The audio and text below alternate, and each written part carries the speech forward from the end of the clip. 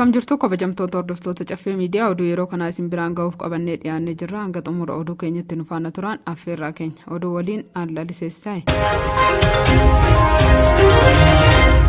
Waldaan dargaggoota caffee hojii gamtaa waliigalaa Dhiheessii ayyaana du'aa ka'uu gooftaa Yesuus Kiristoos yookiin ayyaana Faasikaaf dhiyeessaa jira. Waldaan dargaggoota caffee hojii gamtaa waliigalaa ayyaana du'aa ka'uu gooftaa Yesuus Kiristoos yookiin ayyaana Faasikaa sababeeffachuun dhiyeessii garaagaraa kutaa magaalaa Nifaasil Kilaaftoo Jamoo tokko giddugala gabaatti dhiyeessaa jira. Dhiyeessiiwwan dhiyaatanis kanneen akka sangaa, hoolaa, re'ee, lukkuu, hanqaaquu, dhadhaa, dammaa fi kan kana fakkaatan yoo ta'u gatii madaalawaa ta'een dhiyeessuus beeksise.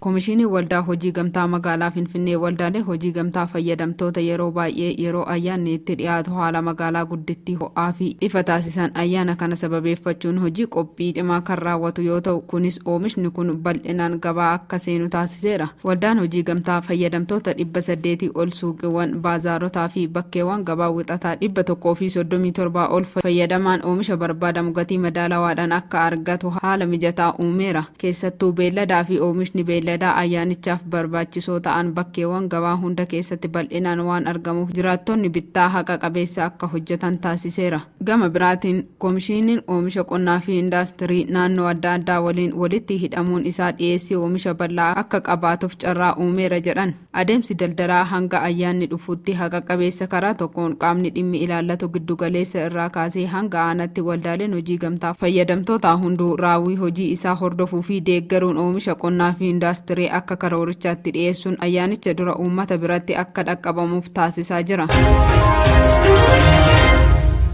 Kabajamtoota hordoftoota keenyaa oduun yeroo kanaaf qabannee dhiyaanne kana fakkaata ture. Hanga xumuraatti nu faana turuu keessaniif galatoomaa jechaa qophiilee caffee miidiyaa afaan waliin turtii gaarii.